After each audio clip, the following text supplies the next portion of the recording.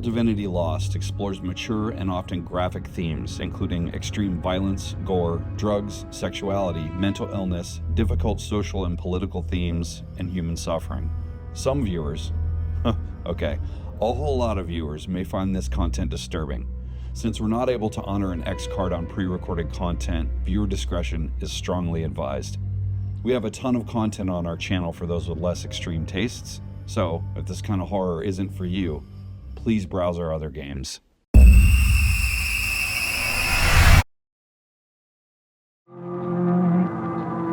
Players, close your eyes.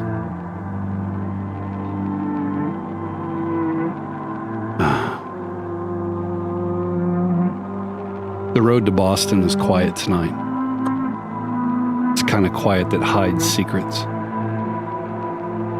The headlights cut through the dark and narrow, trembling beams, catching only fragments of the world. A crumpled road sign here, a sagging barn there. Each one swallowed again by night as quickly as it appeared. Back roads favor anonymity. Inside the car, no one speaks.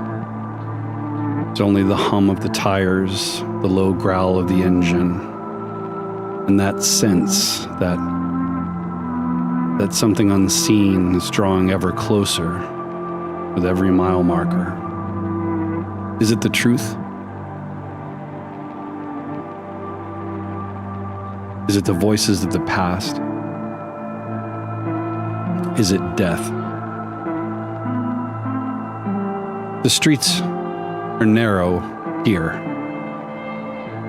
The lights have grown a bit warmer and then redder until the glow ahead takes on the hue of fresh blood reflected on wet glass. It's an old part of the city, a part of the city that has many secrets. And there it is, Seven Horns, an upscale restaurant nestled between forgotten buildings, their windows dark, its windows dark, except for the soft pulse of something moving inside.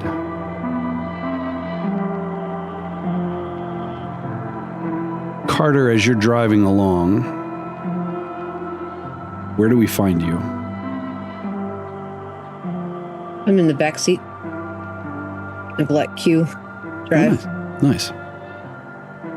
Sitting right behind Hurst. Yeah. I'm like laying down across the back seat, trying to sleep. So Q, I'm thinking it's your voice, though it doesn't really matter what you said that stirred Carter to notice this out the little window in the back seat there behind you. You, driving, have been sitting next to Hurst for some time. Hurst, what has Q been experiencing with the two of you all alone? Q has been watching, and Q has noticed me looking at him and analyzing him, occasionally seemingly staring at the side of his head, but specifically I'm staring at his neck. There's a particular vein. I think that's where I'm going to plunge the needle into. You can...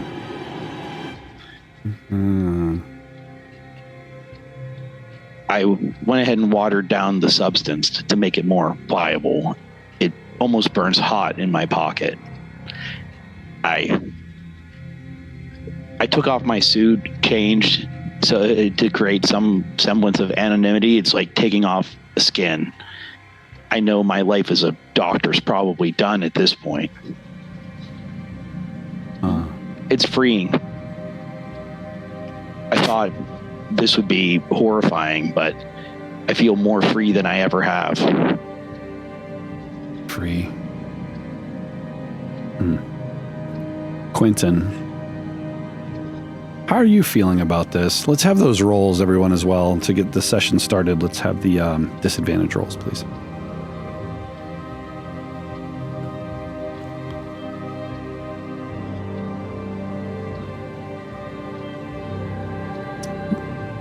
We're not there yet. Cool.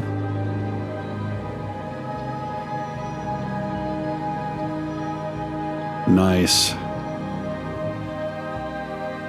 So all of you are pretty much holding it together. And so as we think, Carter, you're finally allowing yourself to get some sleep. Though to wake up, you're going to have, I'll get my hold for that, right? As a result of not medicating yourself. Hurst, tell me, how are you keeping these compulsions at bay? Is that your way, just fixating on Quinton's neck? He's my only barrier between me and her. Whether it's Quinton trying to be a white knight or Carter just accepting his support, he's the problem that has to be removed. Nice. And Quinton, you're doing actually well. So of course, for whatever reason, perhaps your recent interaction with Null Spectre has kept them at bay. Mm-hmm. So you're in the driver's seat. What are you up to over there? Well, I know that we had to have some nice clothes for this place, and so I figure we stopped at some like thrift store on the way here. And so I still have like dark jeans on, but I have this kind of like a ratty wool coat. A natty, how about that instead? Like a wool blazer and a white button-down shirt. And I found this really ridiculous. It's like a 70s tie, and so it's like really wide. And I got it because it reminded me of my Uncle Dick. I have an Uncle Dick. Everybody's got an Uncle Dick. Everybody has an Uncle Dick. Even if their name isn't Dick, they kind of still are. But, and so as I'm driving and I'm kind of like pulling at the clothes because they don't feel comfortable. And I know I'm trying to keep an eye on the road. I'm looking up in the mirror to make sure that Carter's okay. And I can feel Hurst just watching me the whole time. And honestly, that's one of the nice things with Null Spectre, that I'm just so used to just believing I'm being watched at all times that that itself isn't disconcerting. But I know that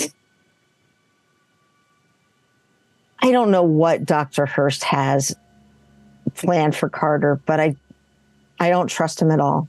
I know that he is going to try to hurt her in some way. And so I'm just trying to make sure that I am interposing myself between the two of them in whatever way I can. And if I can draw his ire and make him be distracted from her at any point, I'm going to do it.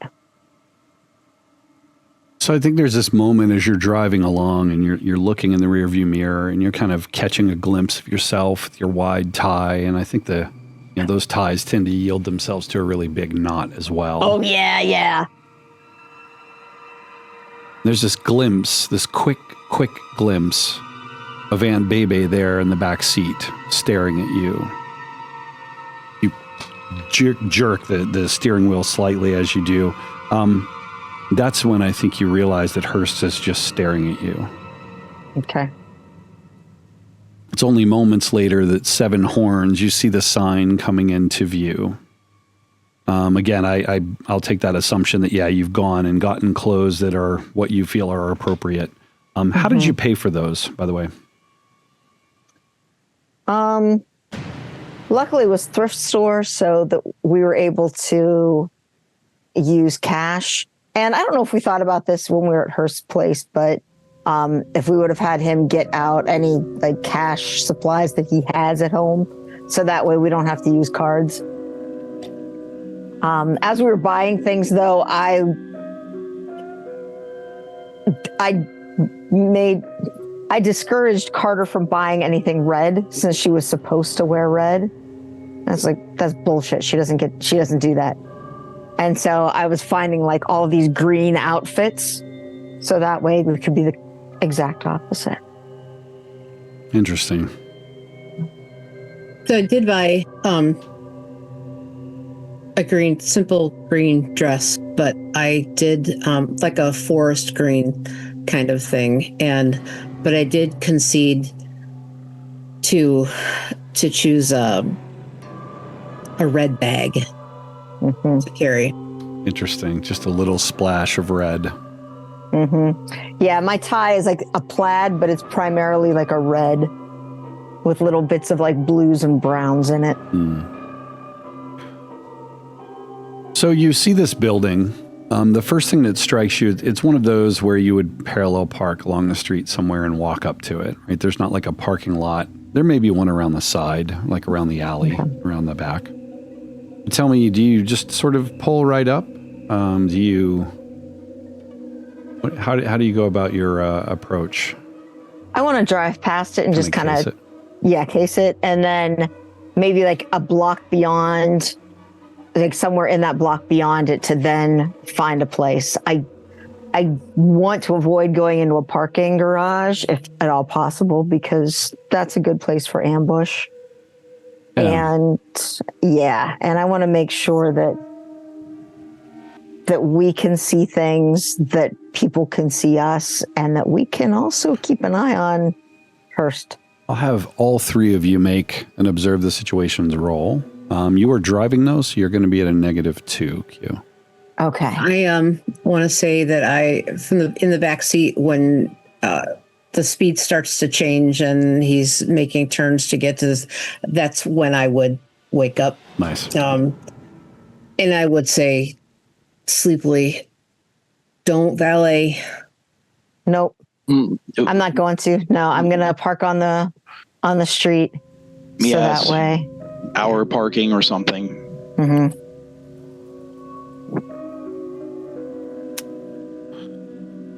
So let's see here. Q's a failure, Hurst's a failure. Again. And I've lost the roll too. And Carter. So Carter, you're setting up. We're passing the Seven Horns.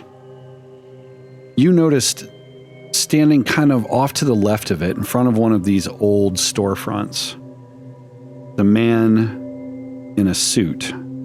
He's wearing sunglasses. He looks as if he should be walking, like he should be moving, right? Along the street, no one just stands around like that. And he's watching the car as it goes, his body turning eerily. Not just turning his head, but literally pivoting his body.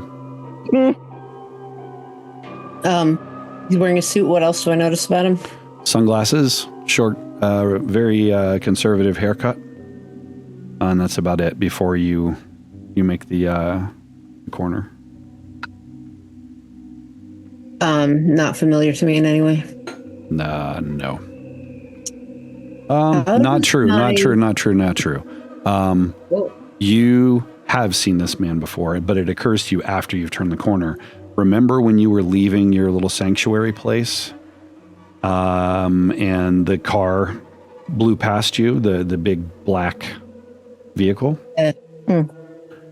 You could swear it's that guy.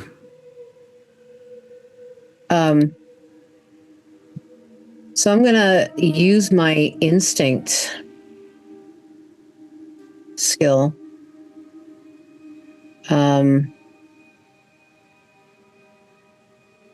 Is that rollable?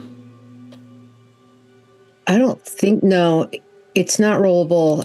It says when something's wrong, her gut tightens, her breath catches, and the world seems to slow just enough for her to see. It's not training, it's survival. Whenever you observe the situation and act on the GM's answers, take a +2 on that action instead of a +1. Oh, cool. Okay. So yeah. What action do I want to take? Don't know. What actions can I take? Sky's the limit. I'm logging into Roll20 now. How about that? I'm taking that action. Well, first of all, I'm thinking about it. Like, where am I placing him? I know it's and I have a flashback to that. And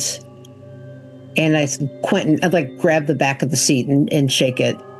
And like sit up close to it. Did you see that guy in the corner? No. I'm walking for a parking space. That was the guy in the car. The guy that blew past us? Okay.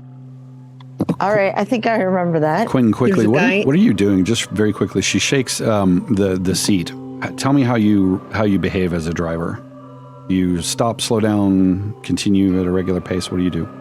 I'm going to hit the brake, just kind of tap the brake, look up in the rearview mirror to see what's going on. Got it.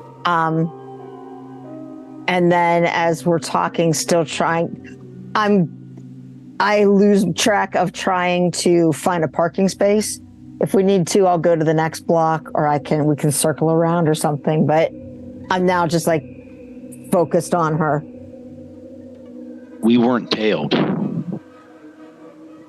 This person's been waiting for us. It might be one of Cross's guys, if he has such a thing. So I fill Hurst in on that incident. And yeah, he's already here. He's standing on the corner right there. He's got a suit and sunglasses and whatever, but I swear to God, that's that guy that was driving that car.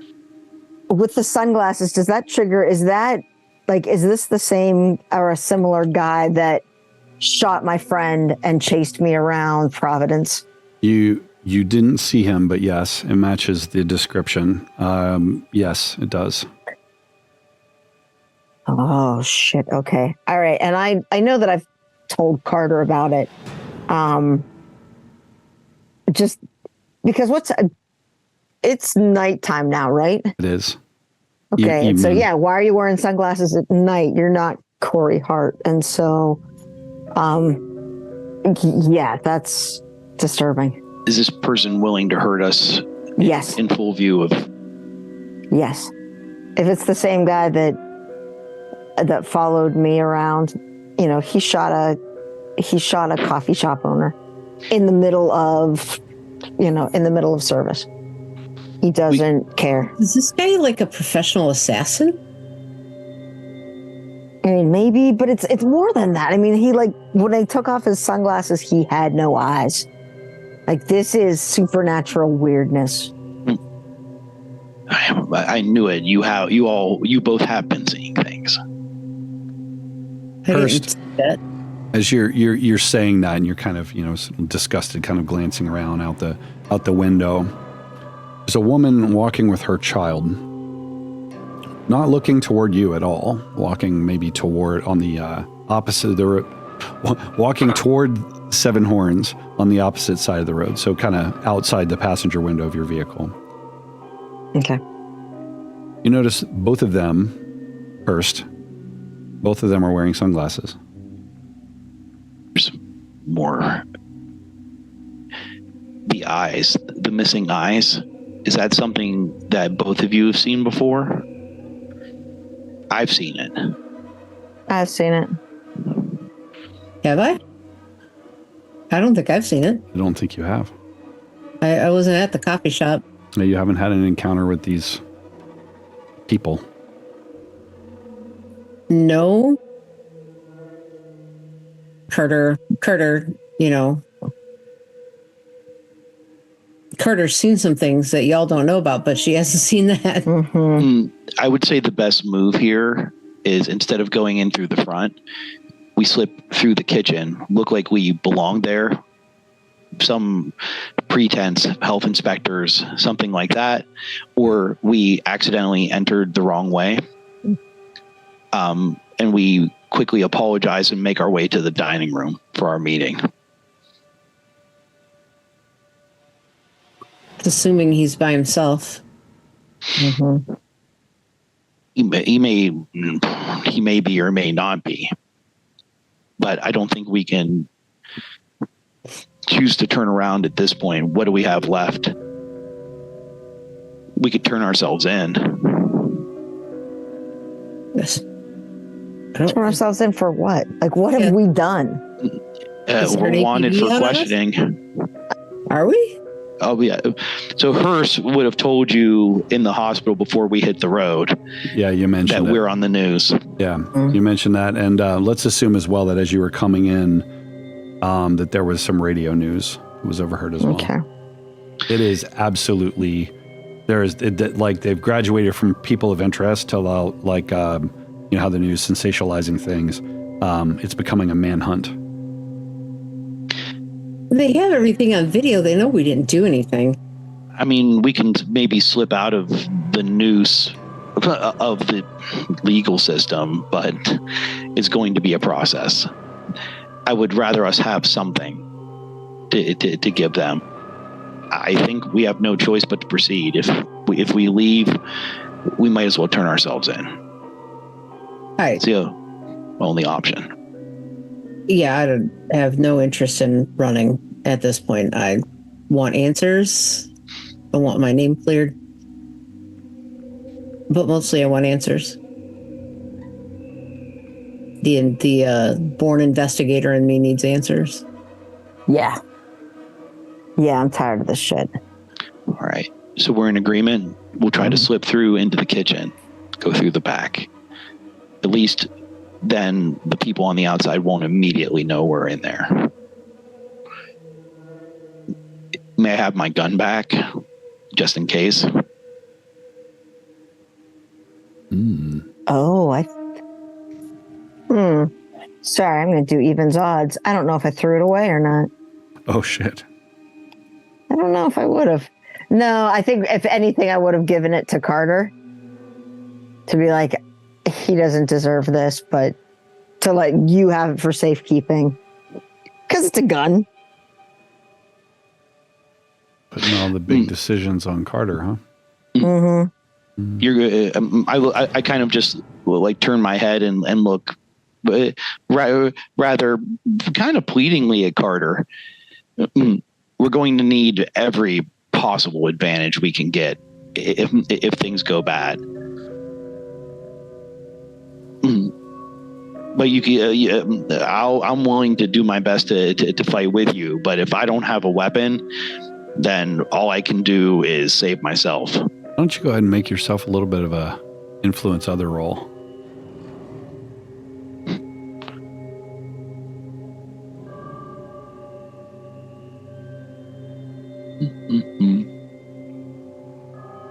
Oh, there we are. So Carter. That's an NPC though. Oh, both options. Okay. Yeah. So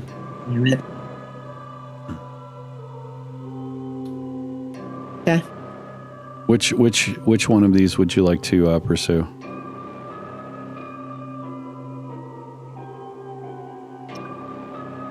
I am still clinging to this thread of clearing my name, getting answers. So the first thing I think is that I don't want to be a civvy shooting somebody with somebody else's gun that I don't even know if whether it's legal, registered, what its history is. So as much as I don't want him to have a gun, if anybody's going to shoot somebody, it should be him. Ooh. Do you give it to him?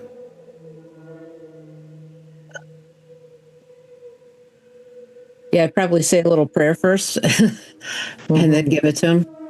So Hurst, I think you say this and as you're staring her down right after you make your comment about, needing a weapon. You see her close her eyes. She's so beautiful. And then you realize she listened to you. She reaches down into her bag and pulls out this 9mm. It was in my gym bag, by the way. Right next to her sweaty underwear. Mm-hmm. I bet it smells like her. Oh, I'm not saying any of that because that's gross. But yeah. Does Hurst sniff it? He briefly thinks about it.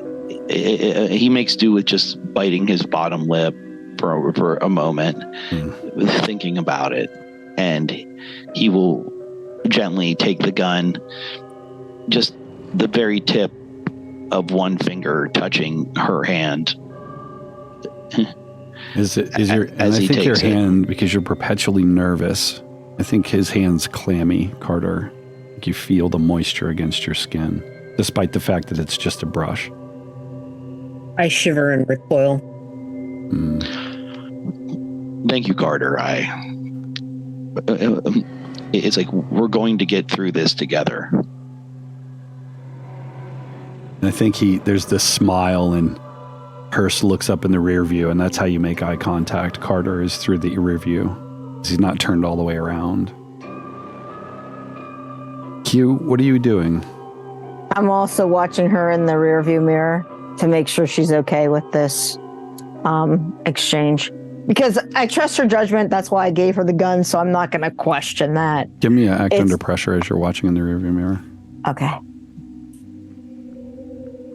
Oh, wrong one.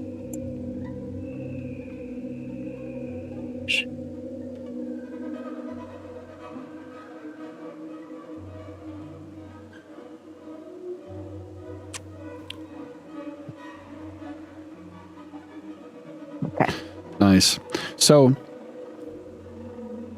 it's just a millisecond after you've driven into the crosswalk that you realize that you are literally about to mow down 4 pedestrians. You've been staring too long. You've been lost in that stare. You step on the brake with both feet, and literally, Hurst, you go flying forward and actually tag your nose on the dash. There's a little bit of blood that starts to run. Carter, you slide forward into the seat. No real injury, but certainly frustration. Oh my God! Sorry. They just came out of nowhere. Yeah. It's fine. Are you guys okay? Yeah. Did you have your seatbelt on? I suppose not. I was trying to get comfortable in this. It's okay. I didn't, but I was sitting up. I was already close to the back seat, so okay. I slammed in the back of her seat and then back against the.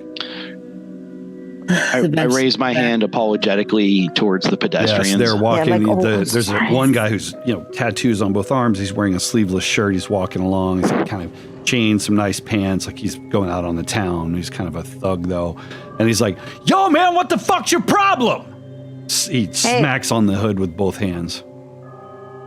Hey, you're walking there. You're fine. I'm sorry, man. I'm sorry. Motherfucker.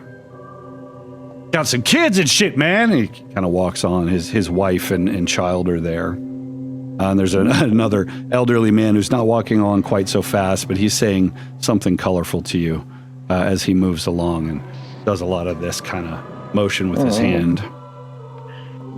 I was going to take it. I know I need it. Now that we've experienced the flavor of Boston, I suppose we should get inside. Yeah. If we're going in the back, I might as well. I'm going to make a right and like kind of circle the block so that our car is off that main street and on one of the side streets. You do. You find a place to park. You get out. There's a telephone pole there. There's some flyers for local events. A punk band playing in town.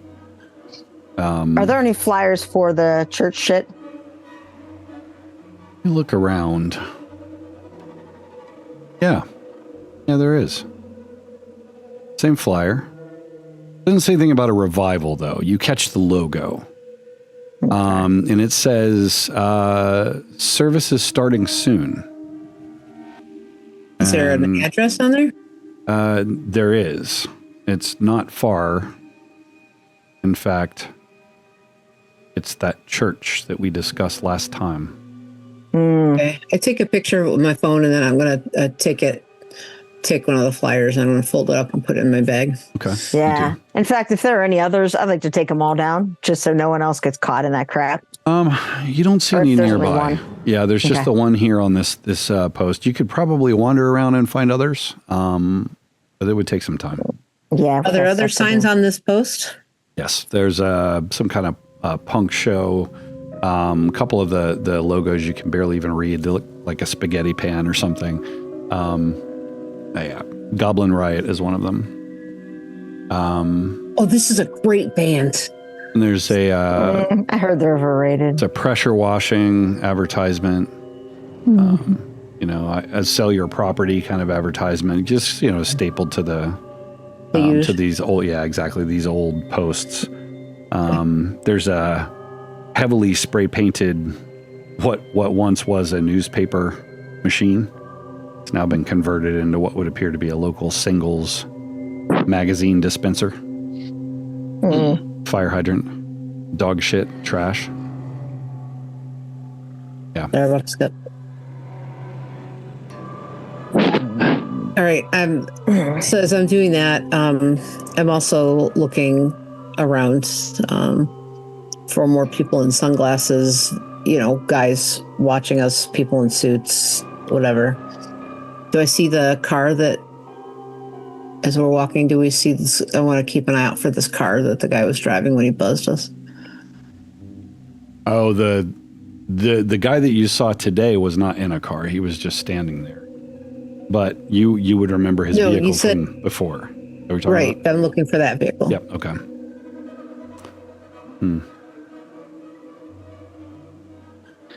You turn the corner onto the main road.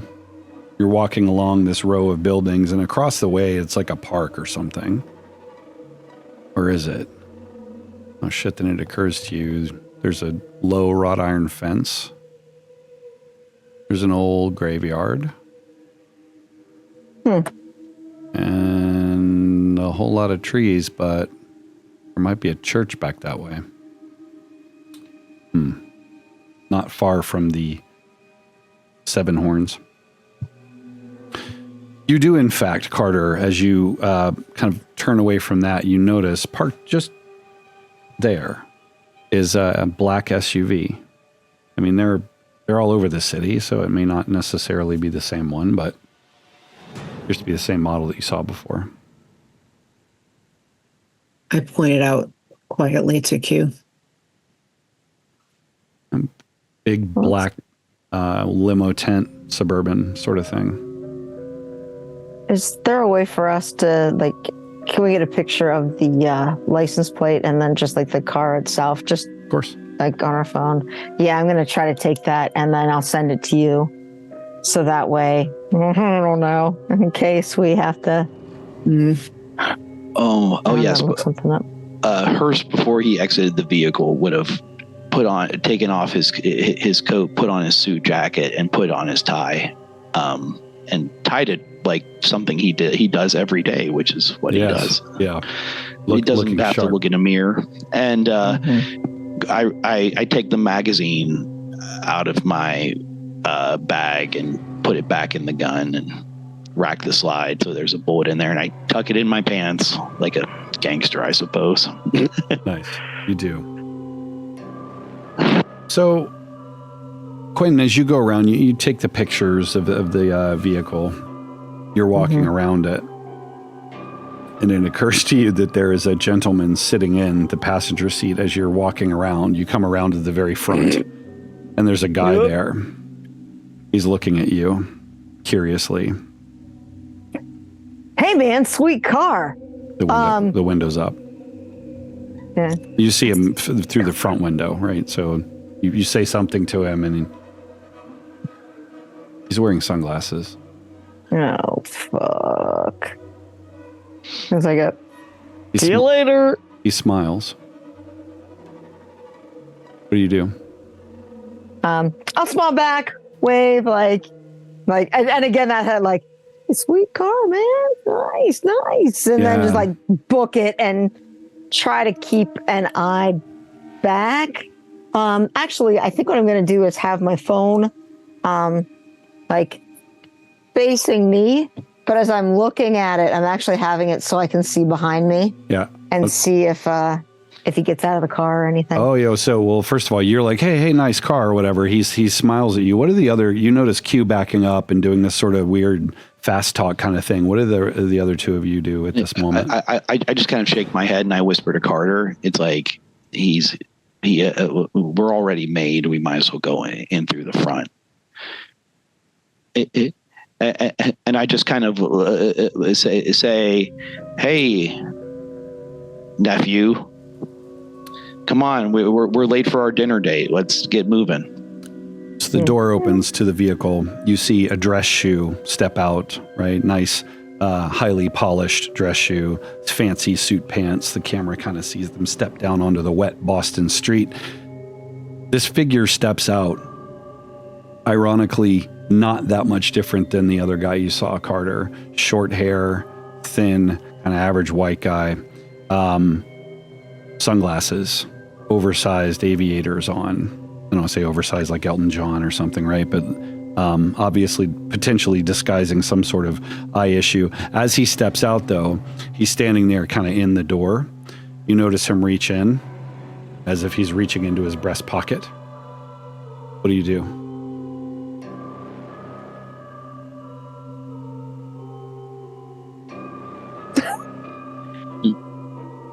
I know what I'm gonna just lay my hand on that gun, looking very concerned for a moment. And are you fleeing or are you standing your ground? What are you doing?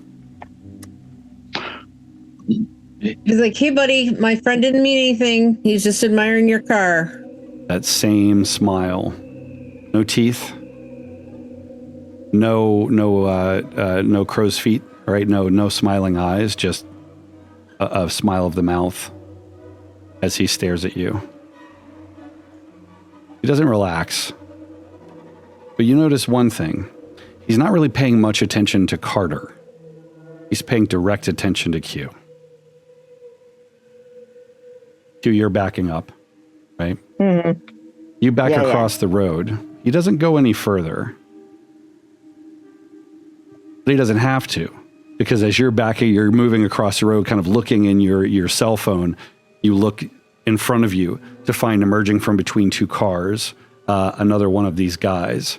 This guy's a little bit darker skinned, the same situation though, very nice dress, no real jewelry or anything to speak of, but very appropriate tie. He is walking toward you and he has a pistol in his hand with a very long barrel. Carter, they want him. They don't want us. Come on. I don't know what he got wrapped up in, but it has nothing to do with us. Do I overhear this? I'm going to assume probably not, because you've looked up and you see this guy, and they're kind of slightly behind you, right? So I don't think you're engaging in conversations going on behind you because there's a guy with a gun right in front of you, right? But how do you react to that?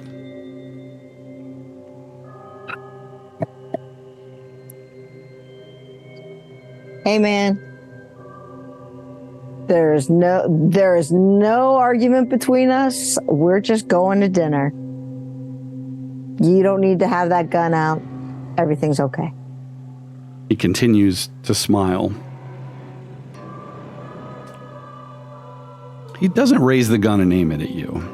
Okay. But he stands there. He extends his other hand like this and motions you forward. Like toward him or just like across the street? Toward him. Yeah. So you're kind of I could have had a map. So you're at kind of a plus sign intersection, right? Like a cross street. Yeah. You're right at the corner here. It says across is here. You're kind of right here, and he's up here closer to the 7 horns. He's motioning you to step out of the street and forward. I'm going to look both ways because that's what you do. Carter, if you find you need to run, please run. And I'm going to walk across the street like there is nothing wrong. Nothing's wrong here. Yeah, I like that. What are you doing? We're going to the restaurant, the 7 Horns. Let's go ahead and do that. Is the restaurant across the street? It is. If he finishes crossing the street and walks up the block, then yes, it's on this side of the street. Ooh. We can circle around if we have to. I hurry up and catch up with Q. You move up to catch up with Q. Okay. Mm-hmm. I just shake my head and follow. I like Carter. You don't need to do this. If you want to stay back, I mean, it looks like they're focused on me. You're not leaving me alone with him. I mean, God, no. But I mean, Hurst. If we're gonna die right here, I don't want you to die right here. There's a smell. As you approach, it is a very familiar smell. Formaldehyde, preservant sort of smell. So, at first, I think about being back, doing my autopsies, doing my assessments. It feels comfortable, but then I realize, no, I'm on the streets. This isn't right. Why would they smell formaldehyde? It's not possible. Yeah. The very idea sends a chill up my spine. I make to distance myself from Q, but I keep close to Carter. Okay, so it's Carter's kind of in the middle. So you arrive at Q. You guys are about 2 car lengths away from this gentleman, if that's the word. Okay. Do you continue moving forward or no?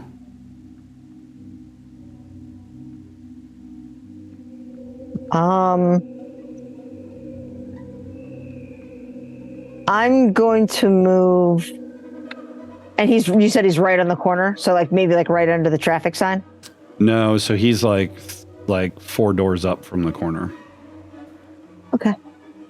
So you are now right under the traffic sign, basically, right? Okay. Yeah. Haven't gotten out of the road. Let's go ahead. I'm going to keep walking, and I'm going to keep walking straight up toward the restaurant. Okay, so you would have to pass this guy on the sidewalk. Oh. Okay, cool. Okay. So as you approach, I ran last time, and that didn't work out very well. Carter, what are you doing? Are you walking with him? Yeah, I'm walking with him. Not elbow to elbow, but give me a keep it together roll. All 3 of you, actually, as you get within, say, 1 car length of this person. All right. Yikes. Okay.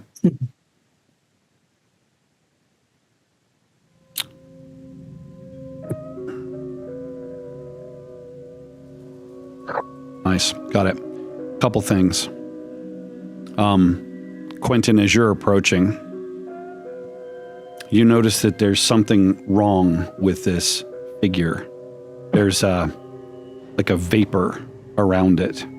It is not fully contained in the human vessel. There's something. It's like in that video, but it glitches in and out, right? So it's like this kind of black, weird, sort of formless vapor, and then it...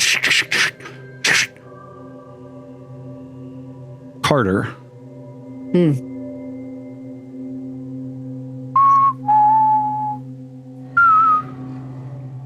From the alley to your right,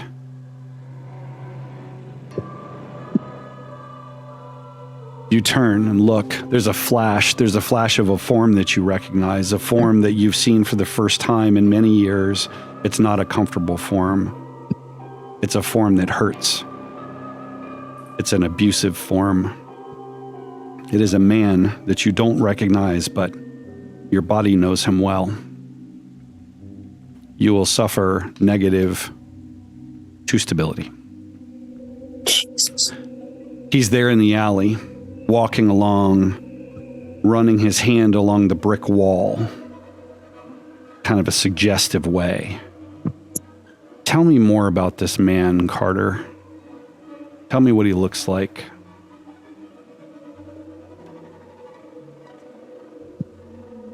Five foot 11, dark hair, green eyes. Probably less hair now than he did. He's got more of a belly than he did, too.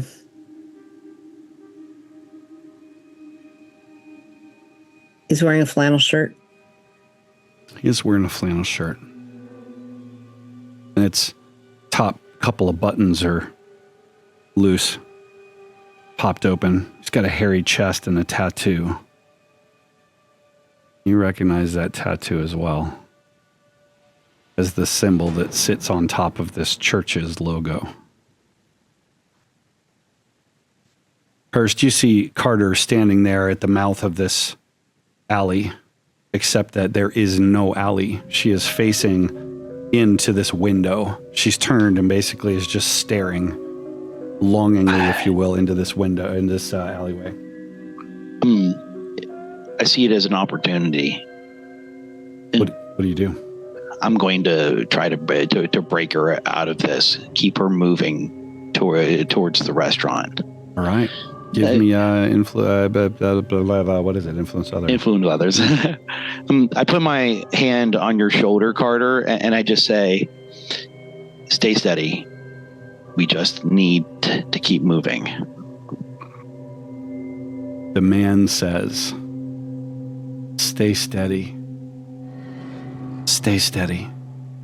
Hold your breath. And then there's just like crackle, like a digital crackle between the voices.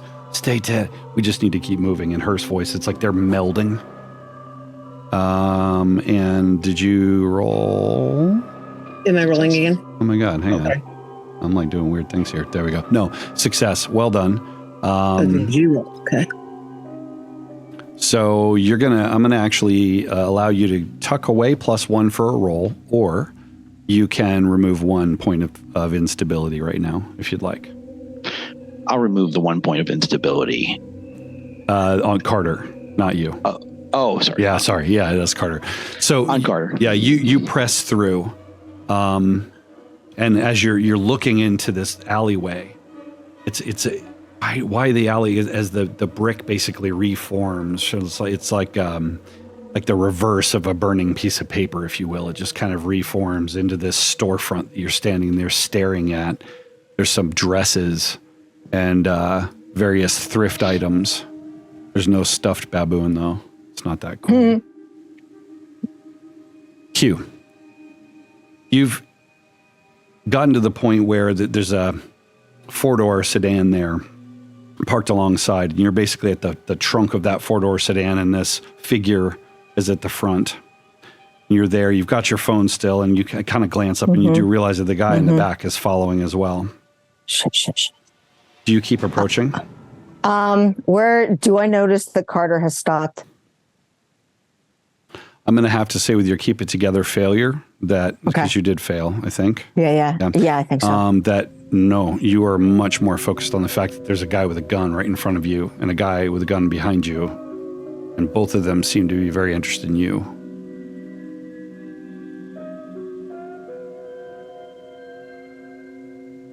What do you do? I start to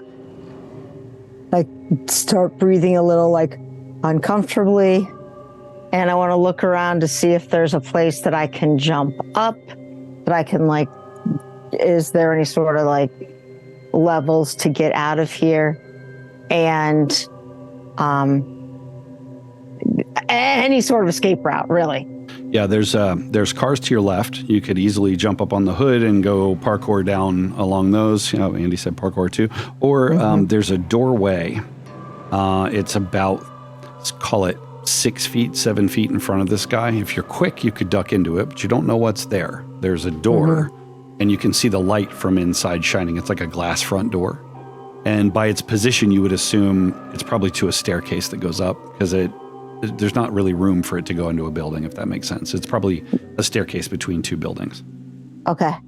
As I look at the two places, and I realize that I don't know where Carter is, and I'm going to look around and try to find Carter. You turn and look. I mean, she's back there. The one man is approaching, and as soon as you stop moving,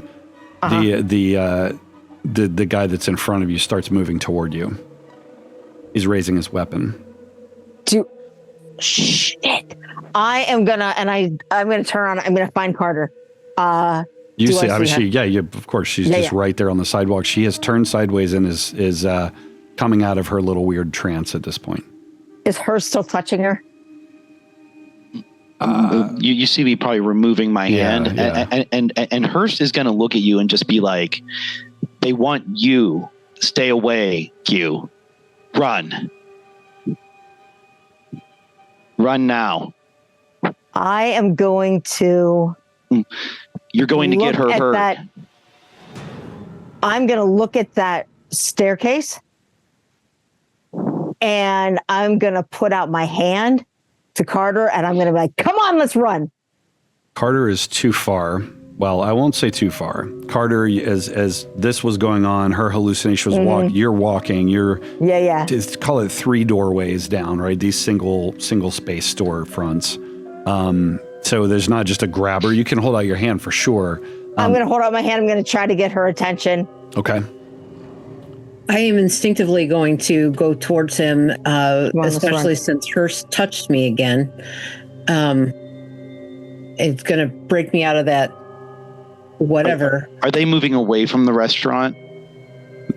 No. Or towards the restaurant? So you're on the sidewalk that heads toward the restaurant. There's one that is sort of toward the restaurant, heading toward you, pinching you in between them, right? There's one behind you and one in front.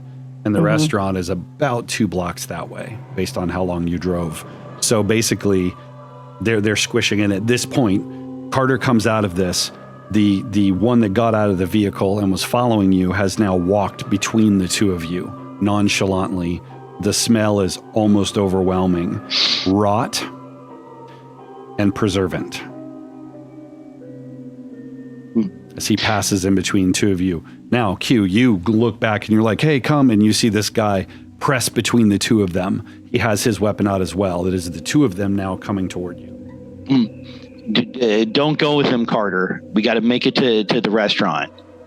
He's going to get you killed. He doesn't care about you. Carter, what do you do? Selfish.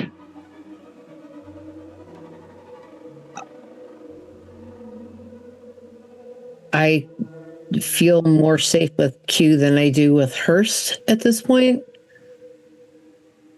And as you look up, you're like you toward your safety. You see the back of this guy and his suit jacket. He's got a pistol with a silencer on it. And then over his shoulder, you can see the other guy, and Q caught in the middle, and who is obviously just sort of like failing to act. He's kind of looking over the shoulder, eye contact with you. What's going to happen here?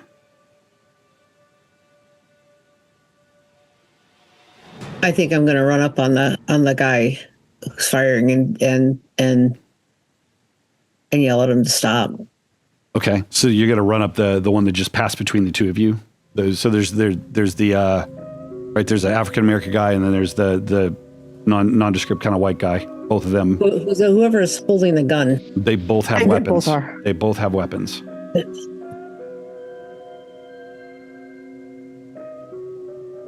You can easily run up on them if you want to do that. Because if I don't want to be aggressive. Like I don't want to do it aggressively. I want to do it like stop. What are you doing? Kind of thing. Like not chokehold sort of thing. Got it. Okay. Right. I'm not attacking him physically. Give me an act under pressure. With my -4. Yes. I hate you. I know you do.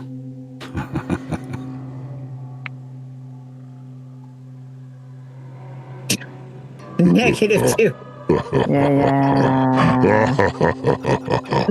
So what happens is, you come up behind him, and as you're trying to like grab a hold of his shoulders or whatever, you actually stumble on a sort of a sinking manhole cover, and stumble forward and kind of shove him. He moves Carter in a way that you just can't describe. He does lurch forward because your weight pushes him forward, but he recovers, and it's just too fluid of a movement. it's too, you would expect him to be more jerky and more like turn around and be like, what the hell? He just stands up. He doesn't turn to regard you. And he takes another step toward Q. Q, you see this, and the glasses go down as she shoves him forward. There are no eyes in his socket. In his sockets, no eyes. All right. I want to, so I'm looking at the guy in front of me, but I've turned and looked at the guy behind me. I want to, so if I'm turned there, I want to juke toward the car, like juke and jump to the car that is right beside me. Yep. Try to jump so that I can get behind him, grab Carter, and like help to pull her up, and then get out of there. Okay. So like run past them, that way they're both behind us. Yes, give me an act under pressure. This is obviously a trap. Yeah. Yeah, give me an act under pressure. Yeah, this whole... Don't fail. Sure.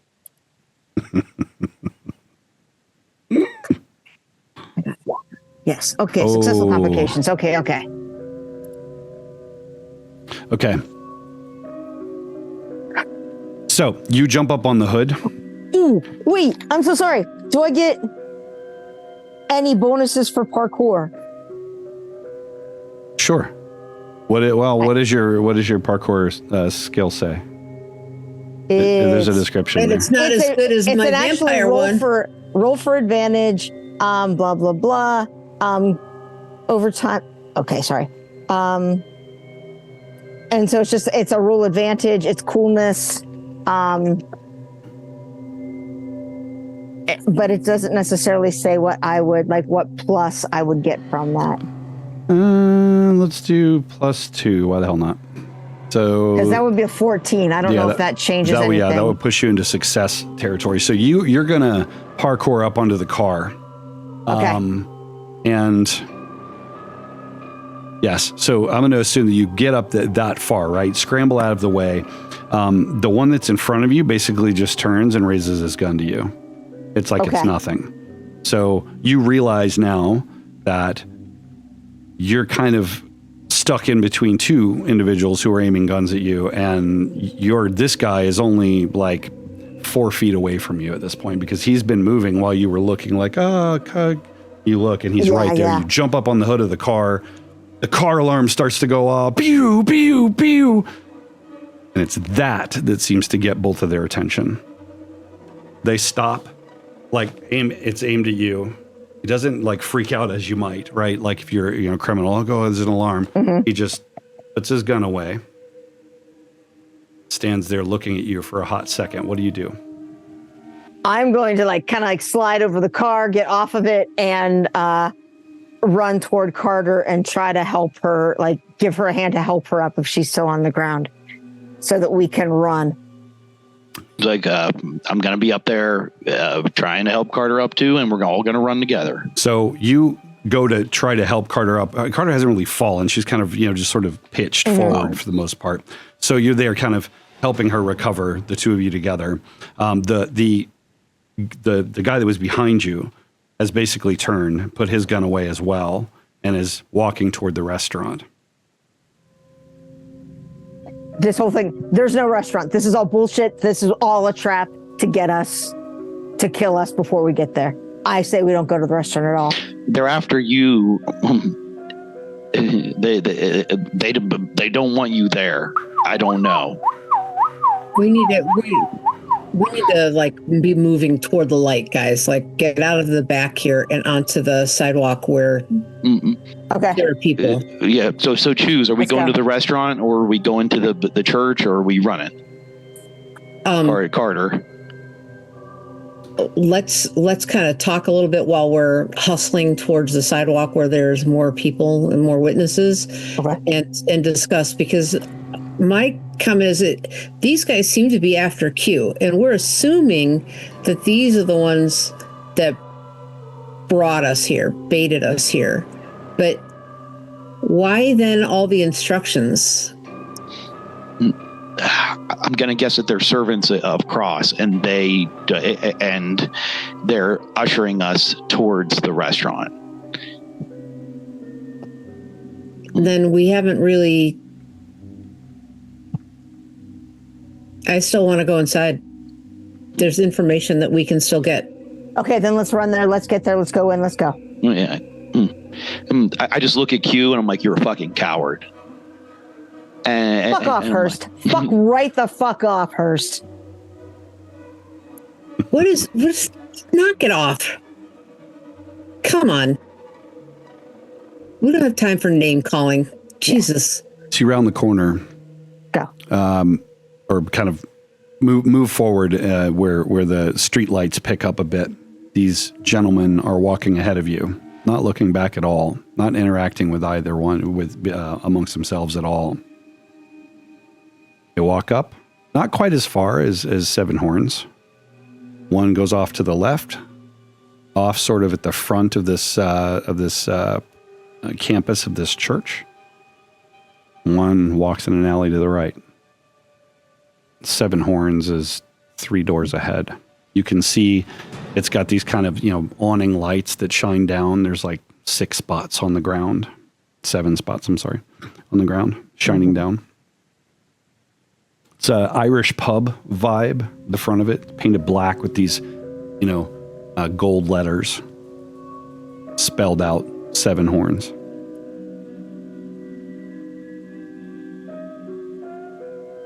Okay. I'll take the lead and approach the door first. Okay. I'm going to adjust my tie as I approach, collect myself for a moment. I'm going to open the door and hold it open for Carter. Yeah, nice. So, hey, thanks, man. And I'll go through first with Carter. Like, come on through. So you open the door, and the first thing that strikes you is just how quiet it is in there. You can hear the clinking of dishes. That gives you hope. This is a restaurant. There are people in here. But it's very awkward. As you step in, the maitre d' stand is right there. We'll get to that in a second. Q, you said you step in first or no? Carter goes in first? Who's in first? I'm going to step... Yeah, I think either we go together or I want to just kind of throw Hurst off by... like jumping in there like, ooh, thanks, handsome. Okay. Like that sort of thing. Yeah. So you two stepping together, Hurst in the back. You notice that no one really seems to regard you as just even like, just casually. You would expect to look up and be like, oh, there's new people here. No one does that. There's a bit of conversation, but it's hushed. It's basically a very large room. Red walls with black trim everywhere. It's very Italian kind of feel to it. The smells, though, are more steak, more meat. Red meat, probably. Or maybe a long pig. You're not sure which. The maitre d' is there, dressed in black, heavy black eyeliner. He regards you as you walk up. Ah, do you have a reservation today? Yes, a reservation under the name Cross, or would it be Graves?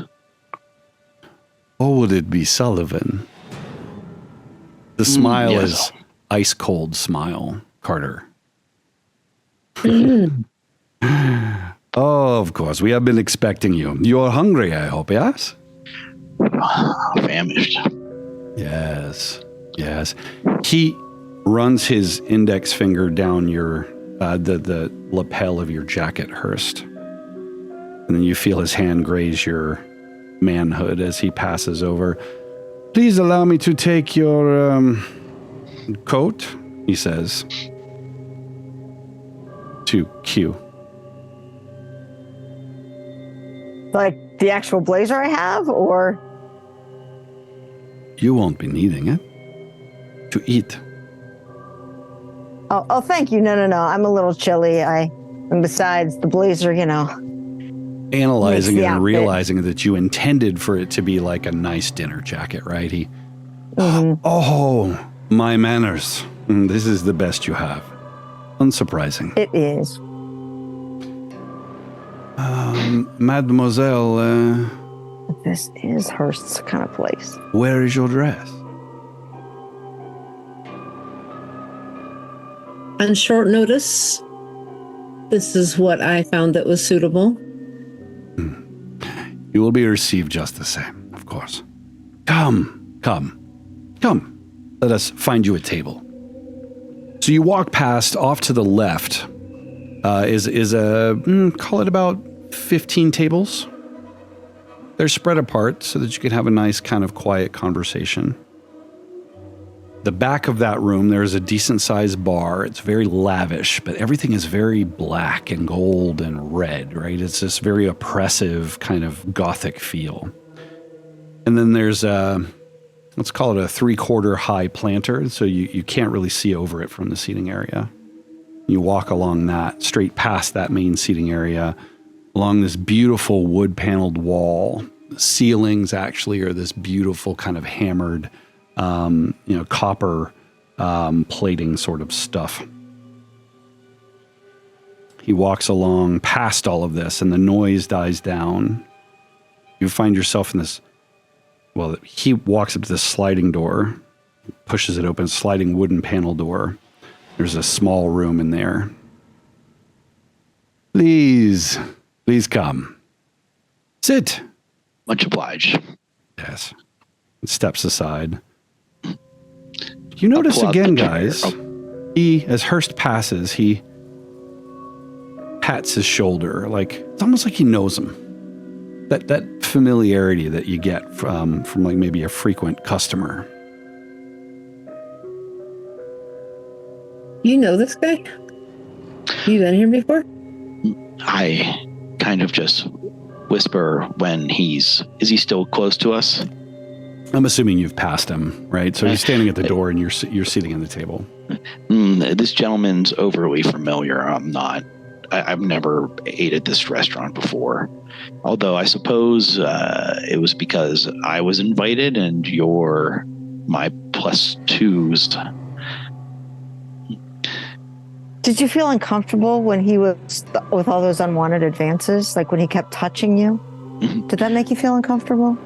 Oh, I find that I have control over my emotions. Don't tend to freeze up in moments of uncomfortability. I strive not to put other people in danger. Oh, that's really good of you.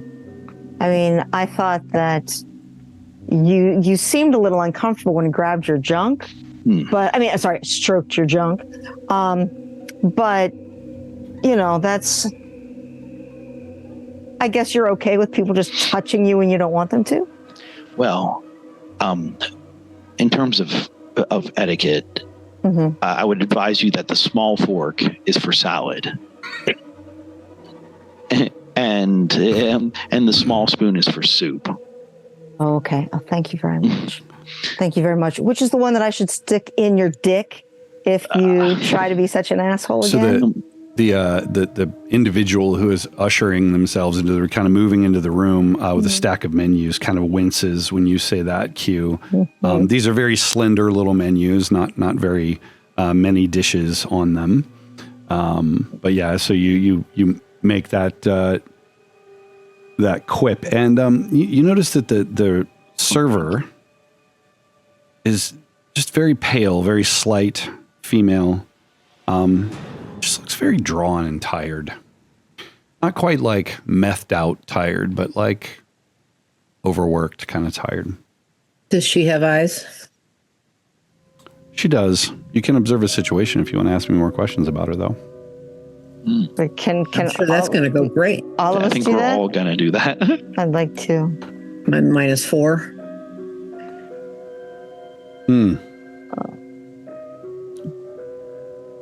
Oops, there you go. Hear the pouring of ice water into your water glasses.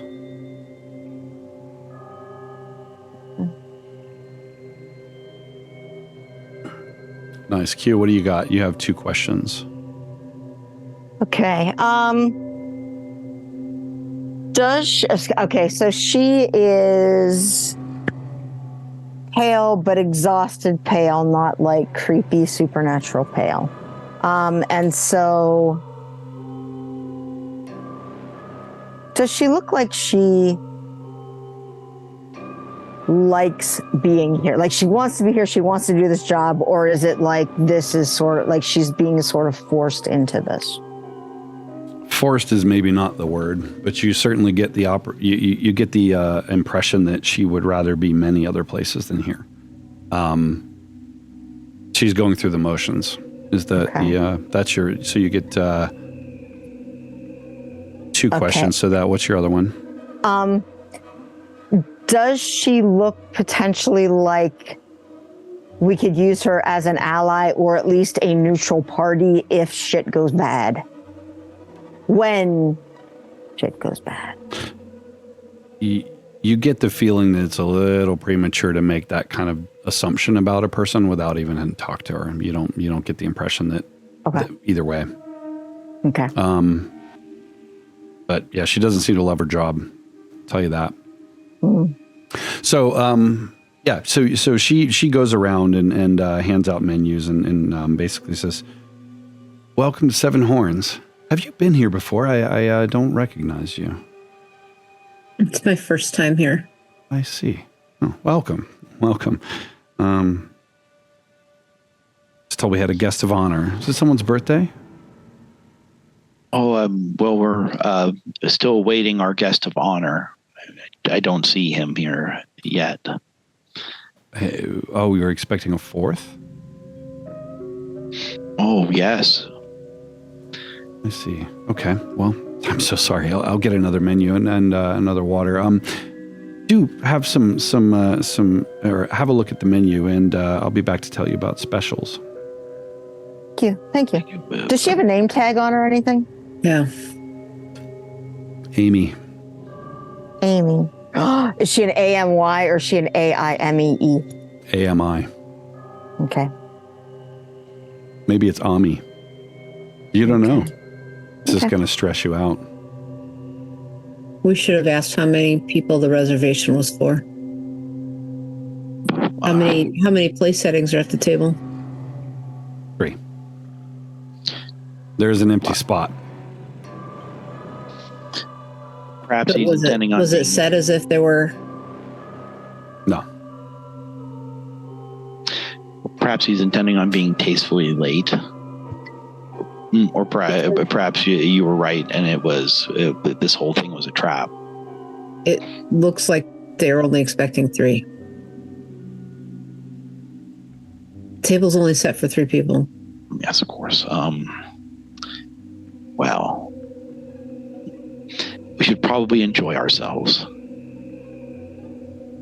What else is in this until he room? arrives. Yeah. How many other people are in this room? This is a private room. So the first thing that you notice now that you're seated and you're really paying attention is that there are these very severe paintings. Biblical kind of scenes, but they're not paintings that are famous that you would recognize. And to be honest, as you look, the saints, for example, it might be, is that Saint Michael, something like that? His face is drawn. He looks very sick. And the scene, the people, they're just, they're not right.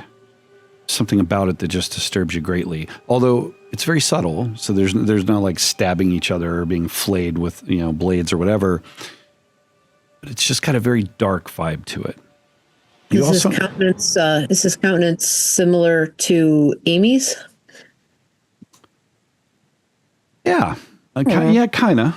Very drawn and just tired, and like the life has, because in a lot of those paintings, their faces were very rosy, and despite the aged, appearance of their skin, there's just something very wrong about the paintings here. There's one on each wall.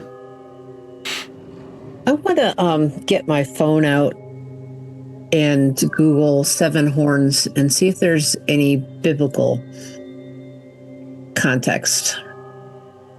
In fact, yes. What was it? Fucking Revelations? It most commonly refers to the symbolic representation in the book of Revelations, where a lamb with 7 horns symbolizes Christ's perfect and complete power and authority. The number 7 signifies perfection and completeness in biblical symbolisms, and horns represent power, strength, and authority. 7 horns of the Lamb, as described in Revelations 5:6, indicate the total and perfect power of Jesus Christ. Are there any references to the color red? You start digging around.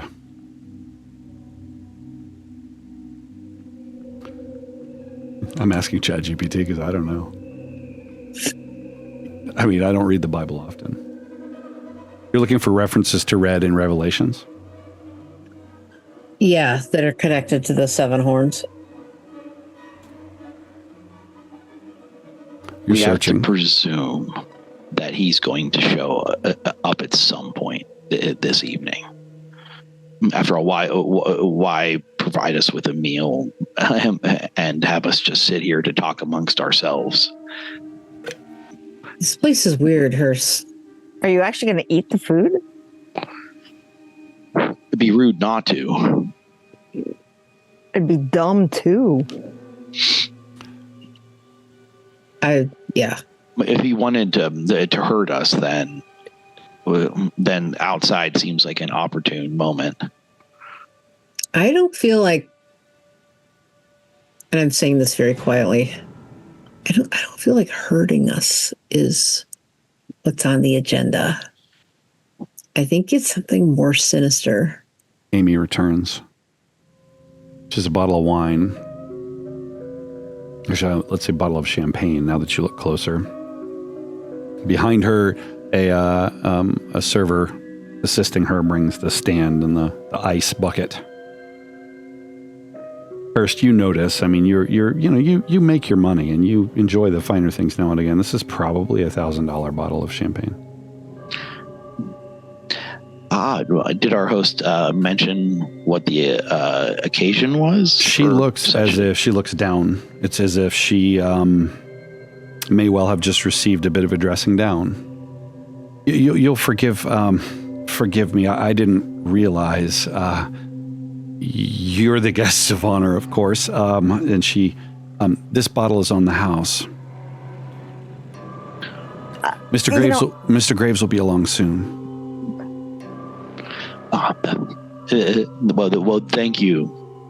And of course, no impasse or hurt feelings around anything. She nods. Amy? She doesn't make eye contact. Yeah. Mm-hmm. Ami, she says with a smile. Ami. Yes. Ami, I try to smile genuinely at Ami. Mm-hmm. Sorry. And thank her. Is she standing close to me? Like within arm's reach of me? Absolutely.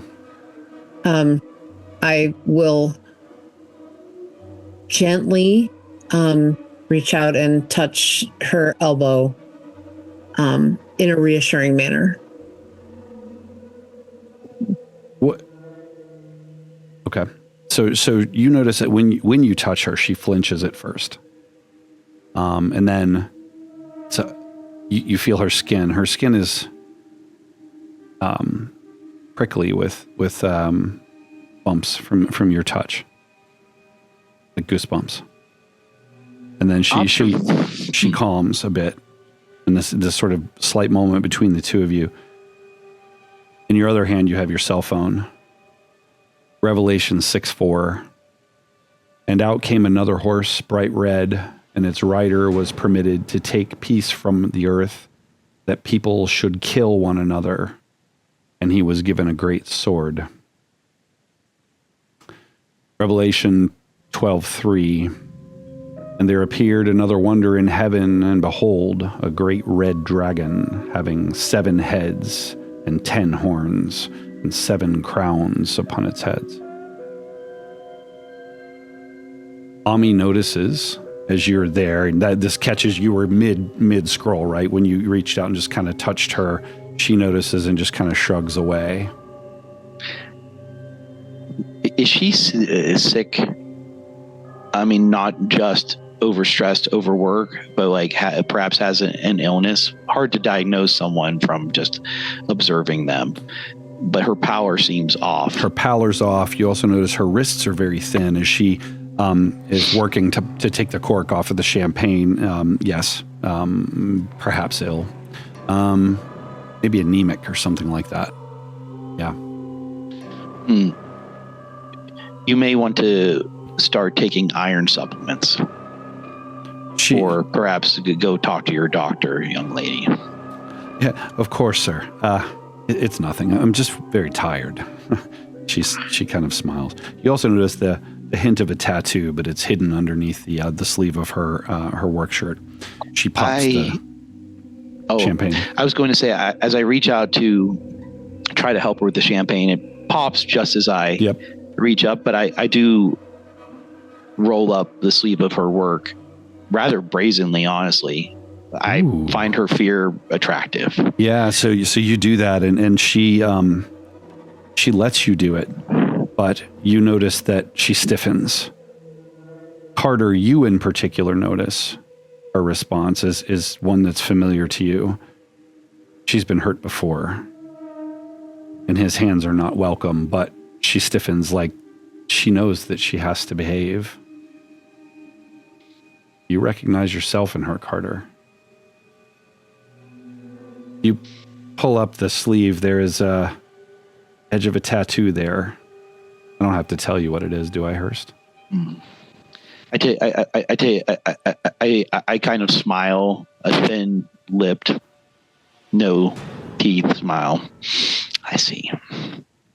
Oh, well, I'm sure you're a trusted member of the congregation. She doesn't say a word. She just pulls her hand away and pulls her sleeve back down. Well, we all have our faith. Tonight, though, I'm supposed to treat you to one of the best meals you've ever had. So let's start with some champagne, shall we? Ami, I am so sorry. This champagne looks amazing, and but do you happen to have any bottled water? I'm in the program, and I don't drink. Of course. Thank you so much. I'm sorry to put you out, but thank you very much. Still or sparkling? I will have sparkling, please. Of course. Dr. Hurst, and she pours your champagne. She pours champagne. She had already poured your glass, let's say, while you're saying this cue. Carter's is poured first, of course. And then the bottle is put down. So she will usher herself away and come back with some bottled sparkling water. Well, to the future, I hold up my champagne glass. I'm going to hold up my water glass in one hand. And then I want to grab Hurst's arm and pull back his shirt and see what's on his sleeve. Like, hey, do you have a tattoo down here? What's going on? Well, of course I don't. Like Hurst would ever sully his body that way. Yeah. Did that make you uncomfortable? Me just grabbing your arm and pushing your shirt up? I pull my arm away and I just look at you like you're the biggest dunce that's ever lived. It's like I saw the tattoo, the edge of it. Yeah. I had to confirm. Why? They're all part of his congregation. Your white knight escapades, your what do they call it? Virtue signaling means nothing here. Dude, I don't know what issue you have with me, but it's just common decency. You don't grab people. She's one of them. You're an insufferable fool, Q. You keep using that word. I do not think it means what you think it means. Carter is kind of torn between two extremes of emotion right now. I think she's going to have to roll her disadvantage. Okay, let's do it. Because she's got her -4. Of course she fails. So here's what's going on with Carter. She's got this flashback situation going on, and with Hurst touching this girl without her consent, and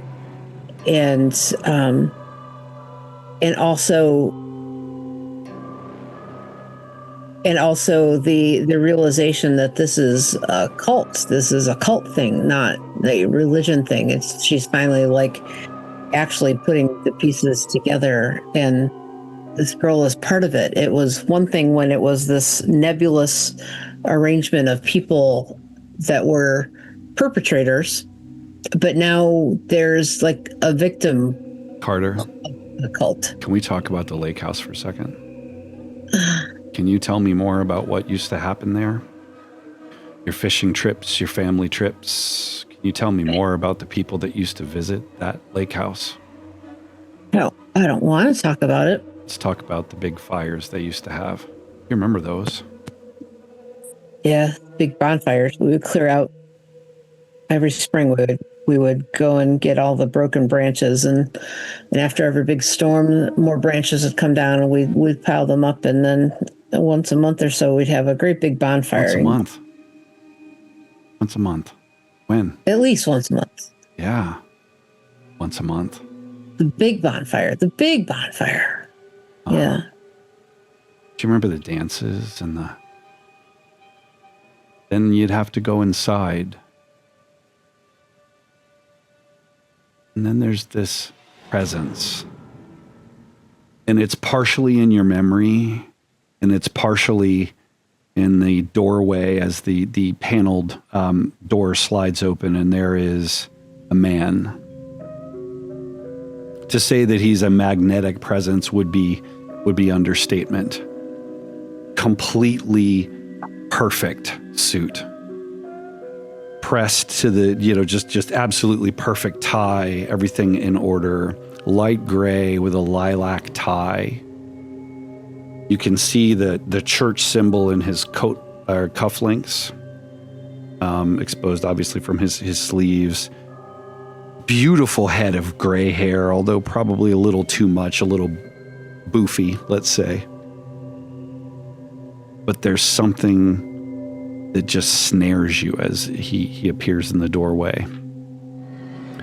Well, why are we bickering, my children? He smiles. Do we lose Q? I'll wait if so. It's important. We did. We also lost that thing. Hang on a second. Oop, we're back. Okay. Sorry. For those who are watching that on stream, all the cameras went boop, and then they're back. We're back. Okay, so you're back. So door opens, and standing there, you would expect like the wait staff to come in, but instead there's this magnetic, beautiful man, which I will show you since I can. Where is he? Goodness. Oh, you can't. You don't want to see that, do you? Hang on. There he is. Can you... Jesus. Sorry. Gotta do this a different way. Roll20 doesn't do the portrait like it should. It just shows you... You saw his character sheet, right? Mm-hmm. Cool. It's notably blank. So here, let's do it this way. Sorry. It is not behaving itself. Like my left click on my let's try it from here. Sorry, guys. My other computer is not left clicking, which for computers these days is a real problem. There we go. There we go. Okay. It is so small. There we go. Yeah, he's that small. He's really small. All right. So the first thing I'll point out, Q, is that Carter is lost in this guy as he walks in with these electric green eyes. This sort of every aspect of him is perfect. like too perfect. Now, why are we bickering when we are together for our last supper? Oh my goodness. Don't look so distraught, everyone. Hello. Lionel, it's good to see you. He pats you on the back. You're a gracious host. I raised the glass. He walks around and sits down, and as you raise the glass, you notice that the fourth glass was poured because you said there was an extra person coming. He picks it up and he raises it. To fellowship. Do you raise a glass with him? Carter. He's staring right at you. I raise the glass. Gonna need something to wash that down with, aren't you? He smiles. How could he know? The pill's in your hand. It's like you put it there. You all take a sip. Your sparkling water is delicious. Cue the rest drinking the champagne. It is incredible champagne. He sets it down. My. It is rather dark in here, isn't it, this time of night? I don't often make it by the restaurant at night. I prefer to eat at home. He smiles. Well, are we going to eat or not? What is on the menu tonight? He says. Picks up the plank. Last Supper? I was just a joke. I'm so sorry. Reverend humor and all. I don't believe we've properly met. He's staring at you just like nonstop. It's as if the rest of the room has melted away. He extends his hand in a very gentle handshake way. You recognize one thing about this man. You recognize his hands. Ezekiel Graves. Miss Sullivan, isn't it? Yes. Have we met? I believe I might have known your father. He smiles. It's been a very long time since I've laid eyes on you, so I'd say that this is our first meeting. As adults, anyhow. He's got your hand in his. It's familiar and gentle. It's commanding. It's not the one. It's not the one that did it. But those eyes were the eyes that watched. You have grown up to be such a beautiful young lady. And a police officer at that. Hell. Mr. Phillips. You enjoying your water? I am. Thank you very much. It's very delicious. Can you roll to keep it together, please? Mm-hmm.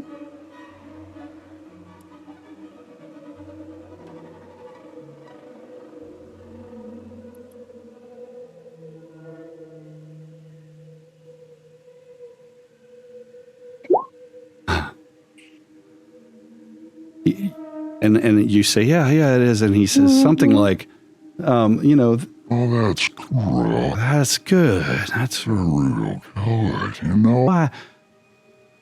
I love sparkling water myself. I'm just getting very dizzy.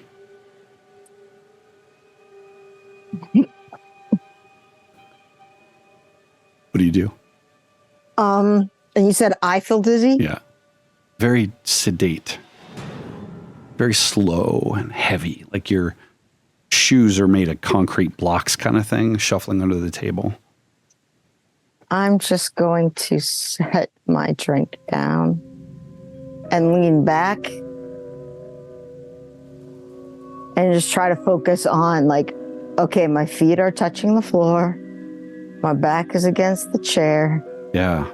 I've been in situations where I've ingested something that I shouldn't have and didn't expect, and just trying to work myself through that. And mostly like if I can't keep it together for myself, I got to keep it together for Carter, because your body's getting warm. You can hold this together. You're going to be okay. It's like when you've had way too much weed, you just know it's going to have to run its course. Your reaction to the chemicals is probably worse than the effect of the chemicals themselves. Your heart rate is starting to increase, and your hands are getting sweaty, and you are in your head about it, and that's going to have to stop. And you feel like they're all three staring at you. But Graves has moved on. He's looking back at Carter. Are you hungry, hon? I'm famished. Shall I order for us, or would you like to each order something? It's quite a fine menu, if I do say so myself. Oh, you know what's best, Reverend, I'm sure. Oh, I do. Why don't we start with the bone marrow brulee? It's wonderful. I'm sorry, I don't eat meat. Is that right? Mm-hmm. Well, I'm sure we have something for you. Thank you. You don't eat it now. Are you properly vegan or pescatarian, or what sort of tarian are you? Because we have a cuisine that will suit your needs. I prefer not to eat meat. That's all. I mean, I don't mind like milk or things like that. Well, do you eat fish? I will eat fish, yes. All right. Well, why don't we do the charred calamari for our pescatarian friend, and the bone marrow brulee for the rest. How's that? Ami, she walks in. Give me an observe the situation roll, please. Or you can use, if you prefer, you could do read a person. All of us, or? Yes. All but Q. Q is not observing much right now. You are holding it together barely. Yeah. Honestly, the only thing I want to do is if I can get my knee to like touch Carter's, or like some sort of just like okay, I'm also grounding myself, and I'm here. I know you're here. You find the table leg without sticking your foot straight out. You're not gonna make contact with. Okay, so Carter, no. Hurst. Ami is a useful servant. She is quick and responds like before he's finished saying what he's saying. She's there. She won't look at him though. She's afraid of him. So are you. You find as you looking her over, he's staring at you now. You like what you see, Doctor? He smiles. I respect the gravitas that you command. And respect Reverend. you should. Ami, please, let's start with the bone marrow brulee and the charred calamari. And how about a fresh bit of bread? That sound good to all of you? You sort of Hearing things a little weird there, Q. That sound good. good to you, Quinton? I just nod like, He smiles. Good. So, she goes off. Well, I suppose you're wondering exactly why it is that I ask you to sit down and eat, isn't it?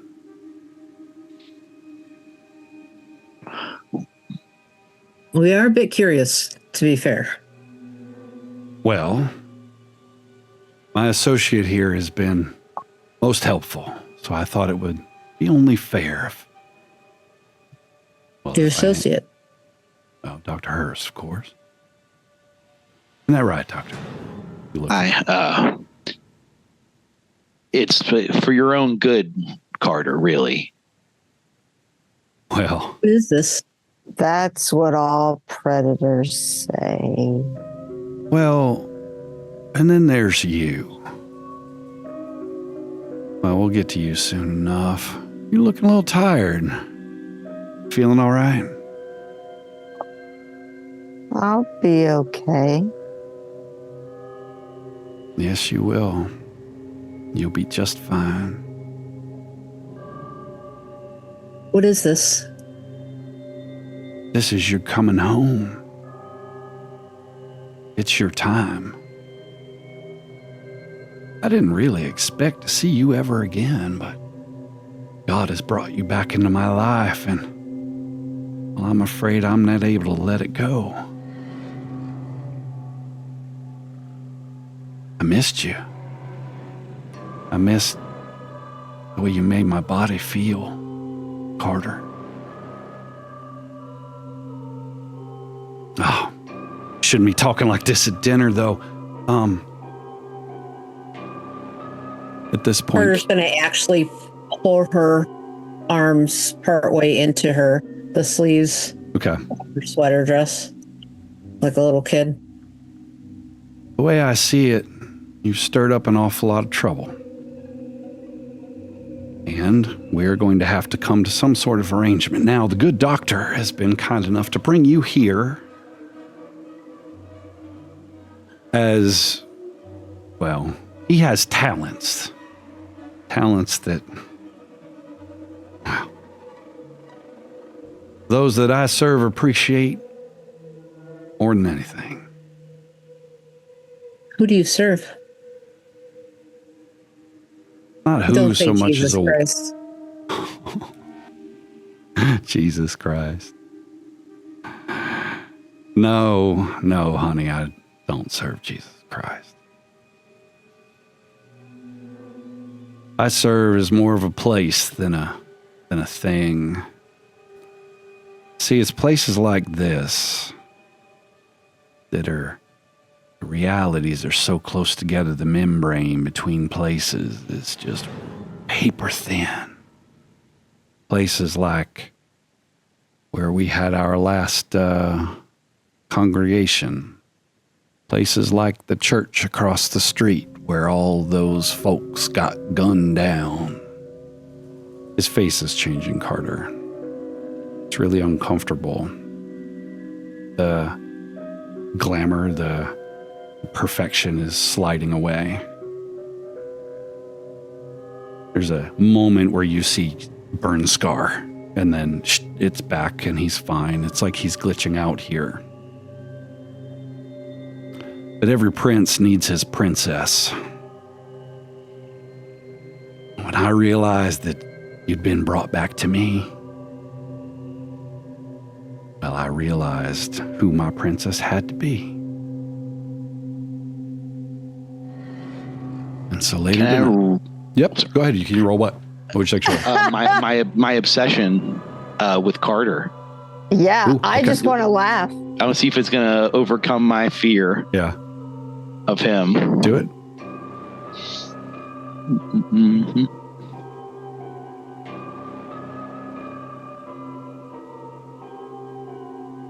I feel like I should roll and act under pressure at this point. Do it.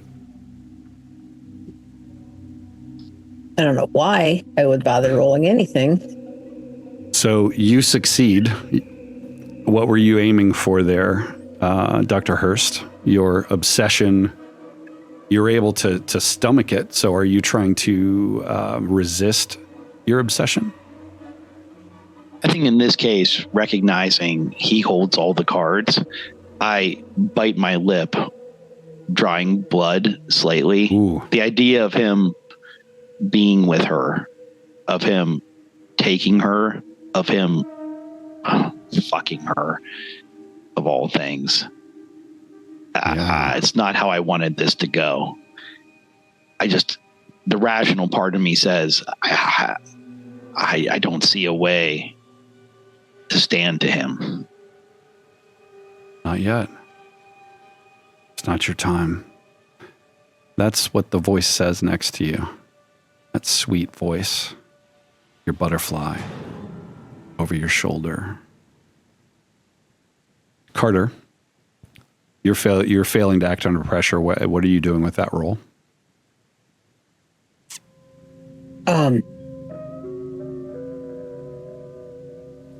No, I'm gonna take a stand at this point, and ill-conceived as that may be, no, you're not touching me. You're not touching me. Oh. And I'm gonna go for, can I see where Hurst said he had his gun in his waistband? Can I see it? Do I know where it is? He's to your left.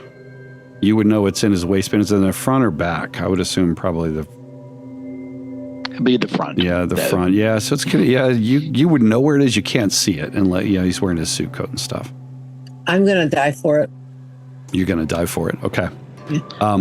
Does make a mistake, so that's No, that's I love it. Hurst. Is that an engage in combat? If you're gonna try to wrestle the gun free, yes, I think so. I am going to try to restrain her. Okay, so you're gonna engage in combat as well. The winner will win, as they do. And I have a -4, so you're gonna do great. Yeah. Let's see. I assume that I can't do anything. You are drugged. You are heavily drugged. You can try to do whatever you want, but that's I'm gonna need you to act under pressure for that. So, I mean, I'll try to, but I know that I can't. Yep. First failed, as did Carter. Okay, Carter, you get your hand on the gun, on the handle of the gun. Hurst blocks you though, so that's you're both failing. Basically, you're now grappled. Hurst has you grappled, but you have your hand on the gun and your finger is on the trigger. If you wanted to, you could pull the trigger at this moment. Wow. Just saying. What do you do? So you reach out, you grab the gun. Hurst grabs your wrist. Carter, no, don't.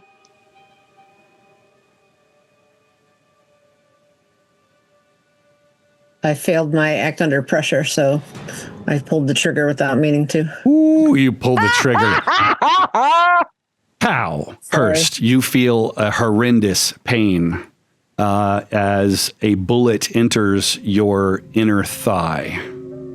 Oh, fuck. So, pow! You're just like, oh! And, the obvious pain. And I have to look up damage. It'll take a moment. I'm not going to kill you this way just yet, but you are bleeding now, as you might. There's a loud crack as the 9mm goes off in the room. I'm assuming you let go of the gun. Me? Hurst. Oh, yeah. Probably. Yeah. I'm gonna let's act under pressure if you want to decide that way, but it's going to be at a -2 because you have been shot, and being shot sucks at all times. Adrenaline helps with it, but I don't know that anybody that's been shot that's going to say it's pleasant. Not for long. Okay. So, if you would like, you'll be able to hang on to her wrist. I'm gonna pick up the outcome though. Do you want to let it go? Or do you want to hang on to it? I'm going to, if possible, I'm going to go ahead and hang on to the gun and try to stop her finger from trying to pull the trigger a second time. So you hold on for sure, but the complication is that in trying to keep her from pulling the trigger, she pulls the trigger again. Give me, please, a 1d10 roll. If you roll a 1, you will shoot Quinton. As you basically are like this and, pulling the thing around.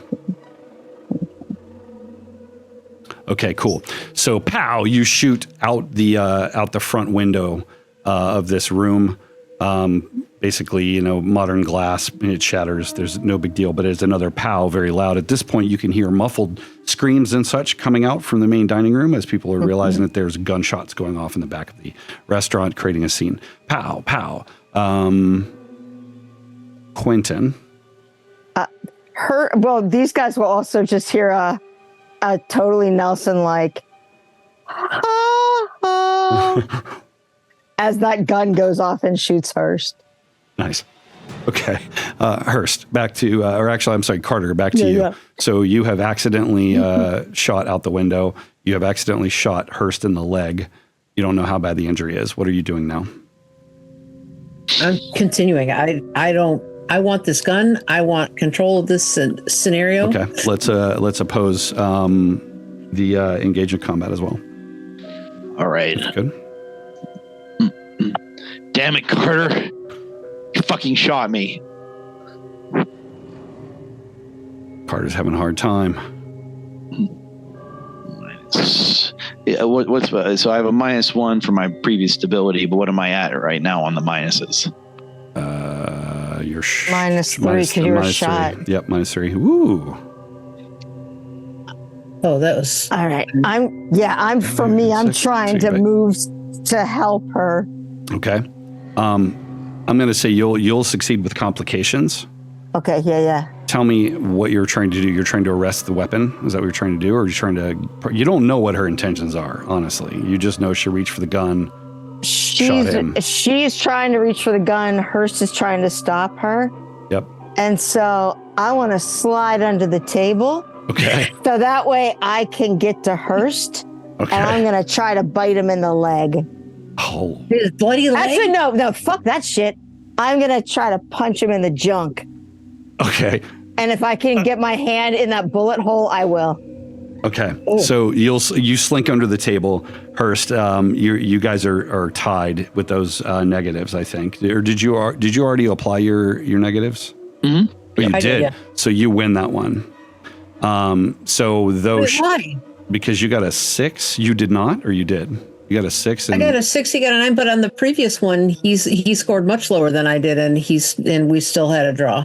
So his his failure was that he didn't win. He didn't arrest the weapon.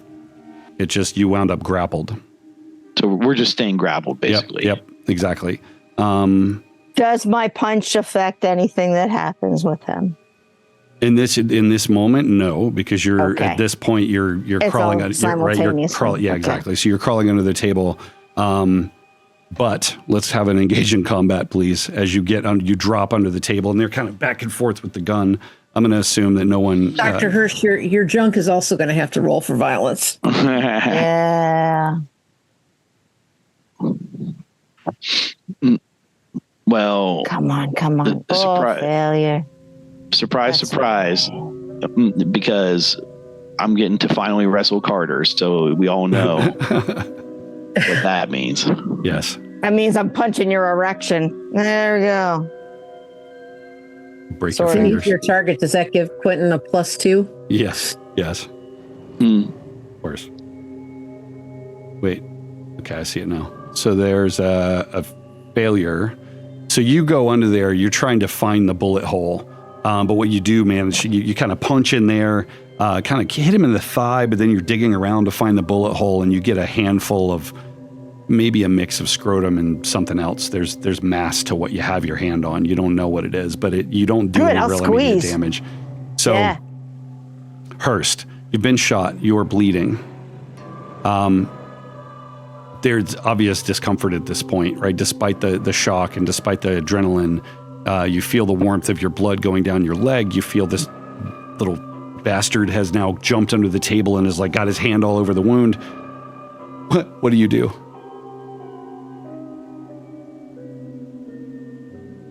I think you got to keep it together. Yeah, I think for sure. I think that like the pain and the just the situation, it's going to be very difficult to hang on to that gun, especially with a trained police officer trying to pry it loose.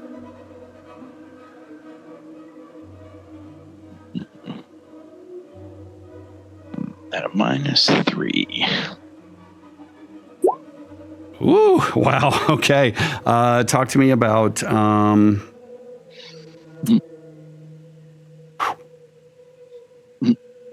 you're So gonna my take -1 goal- stability either way, but Either way, yeah. Yep. My goal is I want to wrench the fucking gun finally out of Carter's hands, and I just want to try to shoot Quinton in the fucking face okay. if I can.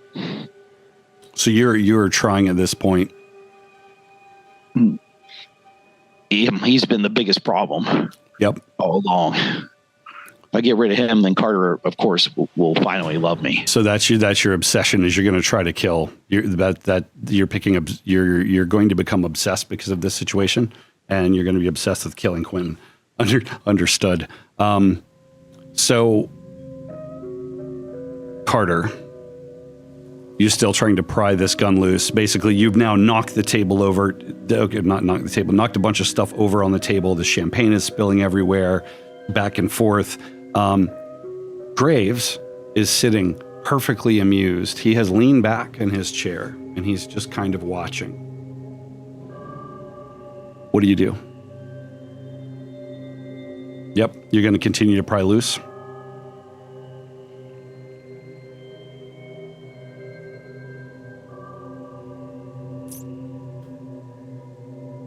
No. No? What are you going to do? You going to let him have it? Yeah, I'm going to attack him. You're going to jump across the table at Graves? Yeah. Okay. I'm going to wrap my hands around his neck. Okay, yeah. So you go across, so Hurst, I think you basically lurch backward as she lets go of the gun. You're pulling and pulling. She just completely dives off to the side. So you kind of go careening backward. At this point, it's clear that you are very hurt. I still got half damage. How much does it hurt as he falls back, but I still have a scrotum in my hand? Or do I kind of go with him?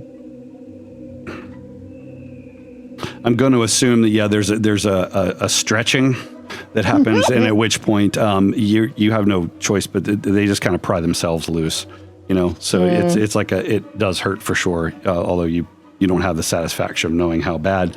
First, you hit the ground, you're bleeding. Quinton is now on the ground with you, right under the table. You noticed, and he apparently he's the reason your genitals are in such pain right now. Okay, so let's resolve Carter. Carter, you are going to dive across, so engage in combat, please. This will not be opposed.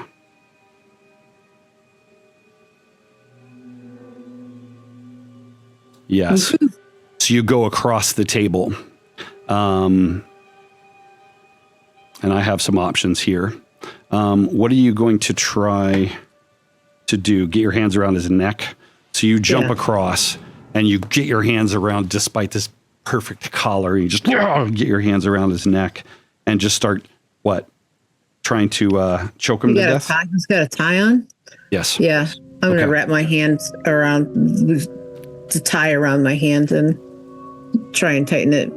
So you go across the table, you get your hands around his neck, the chair goes backward, right? So the two of you go down, you're on there just choking and choking and choking, and are you gonna kill him?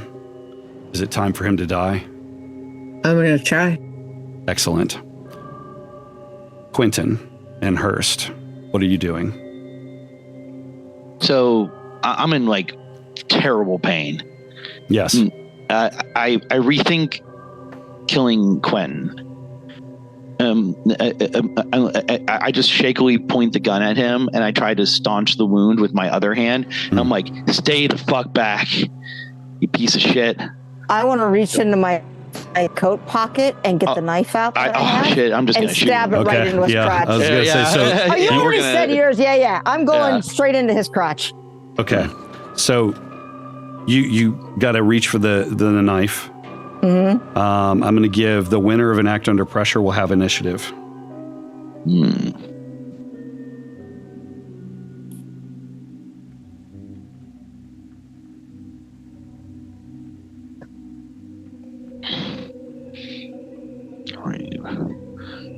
Nice 3. Here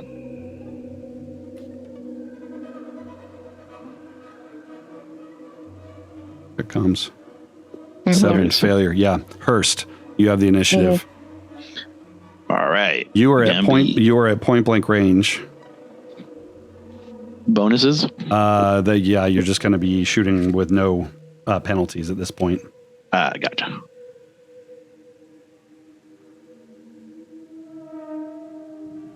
Ooh. It blows up in his hand. Dude, did you fail? I did fail. Yeah, okay. So with all this movement, I mean, it's easy enough to say, Quinton, He's like, get out of my fucking face or whatever. You're going for the knife. He shoots. You feel the heat and the little spittle of little bits of gunpowder. Basically, you get a powder burn on your face as he's like that close. He's going to kill you. And and now, I mean, give or take, he's probably got a few more bullets. You don't know. But pow, your ear's like, this is no joke. What do? Do you continue with the knife or no? I want to, because I'm so drugged, I want to bring my knee up and just like crush right into his crotch. And really I want to try to break things. So if I can break his pelvis, if I can do any sort of thing like that, as hard as I can go. Okay. Give me that roll. Engage in combat.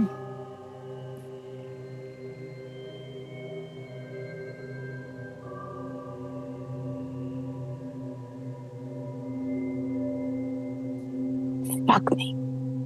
Fail. So you're thrashing around. Hurst, you have the upper hand, but Quinton is obviously, you notice, slowed as well. Not going to be much of a challenge. Like, he hits you a few times, right? Trying to find the right spot. And there's not a whole lot of force behind the blows. We come back to Carter. Carter, pow! There's this loud, your ears are ringing a little bit, not nearly as much as Q's. And this motherfucker is, and you're squeezing, you're watching the fucking saliva come out of his mouth and his eyes are bulging out and you fucking feel his windpipe just crunching under your grip. He's flailing a little and you just put all of your strength into it. His eyes are staring right into yours as you do it too. You just can fucking fuck you. You kill him. But it's not him. As you, son of a bitch, and you open your eyes and there's some guy there that you have not seen before. Uh-oh. We're going to end the stream right here, everybody. Good spot. Ladies and gentlemen, we've been Myth Brigade. Thanks so much.